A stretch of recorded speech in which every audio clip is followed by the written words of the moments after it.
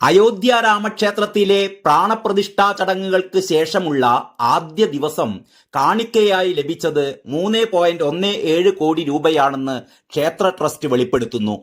പ്രാണപ്രതിഷ്ഠാ ചടങ്ങുകൾക്ക് ശേഷം 10 സംഭാവനാ കൗണ്ടറുകൾ തുറന്നതായും രാമജന്മഭൂമി തീർത്ഥക്ഷേത്ര ട്രസ്റ്റ് അംഗമായ അനിൽ മിശ്ര പറയുകയുണ്ടായി.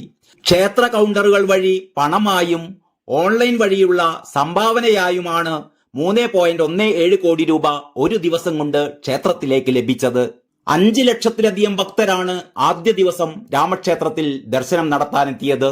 ബുധനാഴ്ചയും സമാനമായ രീതിയിൽ ക്ഷേത്രത്തിലേക്ക് ഭക്തജനങ്ങളുടെയും വലിയ ഒഴുക്കാണ് അനുഭവപ്പെട്ടതെന്നും അനിൽ മിശ്ര പറയുന്നു. ഭക്തർക്ക് സുഗമമായി ദർശനം നടത്താനുള്ള സൗകര്യങ്ങൾ ഉറപ്പാക്കാൻ ആവശ്യമായ ക്രമീകരണങ്ങൾ ചെയ്തു വരികയാണെന്നും അദ്ദേഹം പറയുകയുണ്ടായി. 22-ാം തീയതി പ്രാണപ്രതിഷ്ഠാ ചടങ്ങുകൾ പൂർത്തിയാക്കിയ ശേഷം 23-ാം തീയതി മുതലാണ് ക്ഷേത്രത്തിലേക്ക് പൊതുജനങ്ങൾക്ക് പ്രവേശനം അനുവദിച്ചത്. അതികഠിനമായ തണുപ്പിനെ പോലും അവഗണിച്ചാണ് ഭക്തർ പുലർച്ചെ മുതൽ ക്ഷേത്ര ദർശനത്തിനായി ക്യൂ നിൽക്കുന്നത്. ആൾക്കൂട്ടത്തെ നിയന്ത്രിക്കുന്നതിനുള്ള ക്യൂ സംവിധാനം മെച്ചപ്പെടുത്തിയിട്ടുണ്ട് എന്നും എല്ലാവർക്കും സുഗമമായ ദർശനം ഉറപ്പാക്കാനുള്ള ശ്രമങ്ങളാണ് നടത്തുന്നതെന്നും ഉത്തർപ്രദേശിന്റെ ക്രമസമാധാന ചുമതലയുള്ള DG പ്രശാന്ത് കുമാർ പറഞ്ഞു. രാംലല്ല വിഗ്രഹത്തെ അണിയിച്ചൊരുക്കിയതിനെ കുറിച്ചുള്ള കൂടുതൽ വിവരങ്ങൾ പുറത്തു വന്നുകൊണ്ടിരിക്കുകയാണ്. ഭഗവാനുമായുള്ള ദൈവീകമായ ബന്ധത്തിലൂടെയാണ് രാംലല്ലയ്ക്കുള്ള വസ്ത്രം രൂപകൽപ്പന ചെയ്തത് എന്നാണ് ഡിസൈനറായ മനീഷ് ത്രിപാഠി പറയുന്നത്. പുണ്യഭൂമിയായ കാശിയിൽ നിർമ്മിച്ച പീതാംബരി തുണിയാണ് ശ്രീരാമചന്ദ്ര പ്രഭുവിന് ഉടയാട നിർമ്മിക്കാൻ ഉപയോഗിച്ചിരിക്കുന്നത് എന്ന് അദ്ദേഹം പറഞ്ഞു. വൈഷ്ണവ ചിഹ്നങ്ങൾ വസ്ത്രത്തിൽ എംബ്രോയിഡറി ചെയ്തിട്ടുണ്ട്.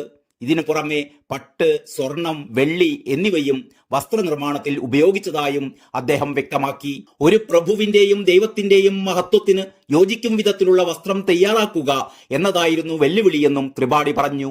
വഴിതെളിക്കാൻ ഭഗവാനോട് പ്രാർത്ഥിച്ചുവെന്നും അപ്രകാരം കാണിച്ചു തന്നത് പ്രകാരമാണ് വസ്ത്രം തയ്യാറാക്കിയതെന്നും അദ്ദേഹം പറയുന്നു.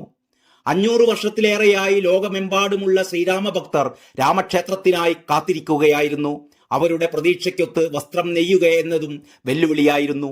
ആളുകൾ എങ്ങനെ ഇതിനോട് പ്രതികരിക്കും എന്ന ആശങ്കയും തനിക്കുണ്ടായിരുന്നുവെന്നും ത്രിപാഠി പറഞ്ഞു. എന്നാൽ എല്ലാവരിൽ നിന്നും പ്രശംസകളാണ് ലഭിച്ചതെന്നും അതിൽ അഭിമാനം തോന്നുന്നു എന്നും അദ്ദേഹം കൂട്ടിച്ചേർത്തു. അമ്മയുടെയും ഭാര്യയുടെയും മുഖത്ത് പുഞ്ചിരിയും കണ്ണുകളിൽ അശ്രുവുമായിരുന്നു വസ്ത്രമാദ്യം കണ്ടപ്പോഴെന്നും നിറകണ്ണുകളോടെയാണ് ഇരുവരും അഭിനന്ദിച്ചത് എന്നും ത്രിപാഠി ഓർമ്മിക്കുന്നു. News desk Kalakaumudi.